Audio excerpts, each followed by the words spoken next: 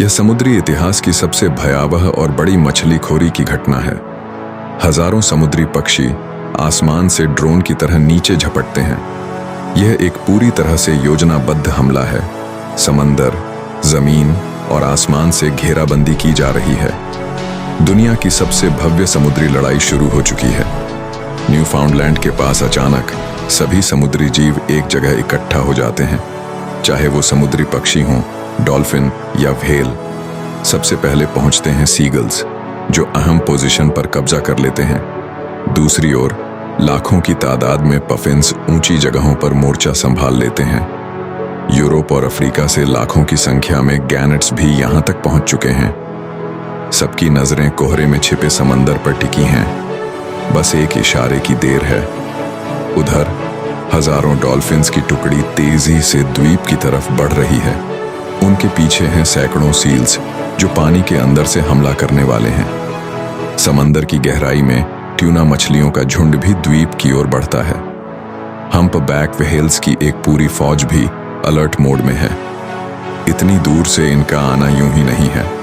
असल वजह है समंदर में मौजूद समुद्री केल के नीचे छुपी करोड़ों छोटी सिल्वर रंग की कैप्लिन मछलियां।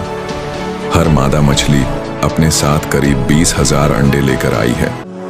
इन अंडों को रेत पर छोड़ना इनके जीवन चक्र का हिस्सा है, लेकिन यह पूरी प्रक्रिया अपने आप में एक सुसाइड मिशन है।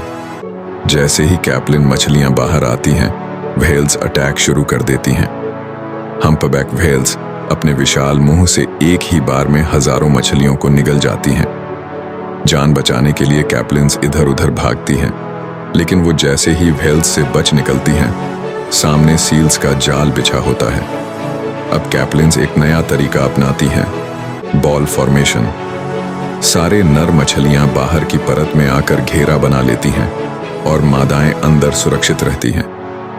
इस बॉल को तोड़ पाना मुश्किल है, और अगर हमला होता भी है तो सिर्फ बाहर की नर मछलियां ही शिकार बनती हैं। लेकिन सील्स इसे देखकर हार नहीं मानते। वो और टुकड़ियां बुला लेते हैं।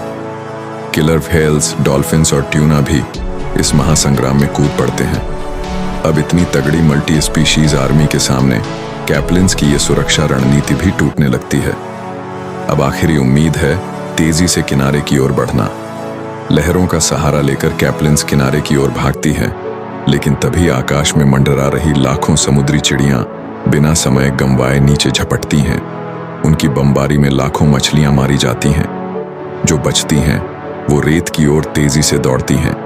किनारे पर पहले से मौजूद सीगल्स तैयार खड़े होते हैं। मछलियां लहरों के साथ बार बार टकराकर तट तक पहुंचती हैं। सबसे पहले आते हैं नर मछलियां।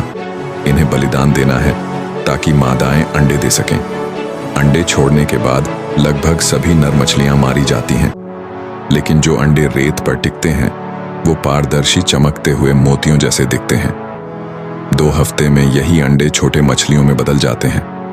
जैसे लहरें कभी इन मछलियों के माँ बाप को यहां लाई थीं, अब वही लहरें इन नवजातों को वापस समुद्र की ओर ले जाती हैं।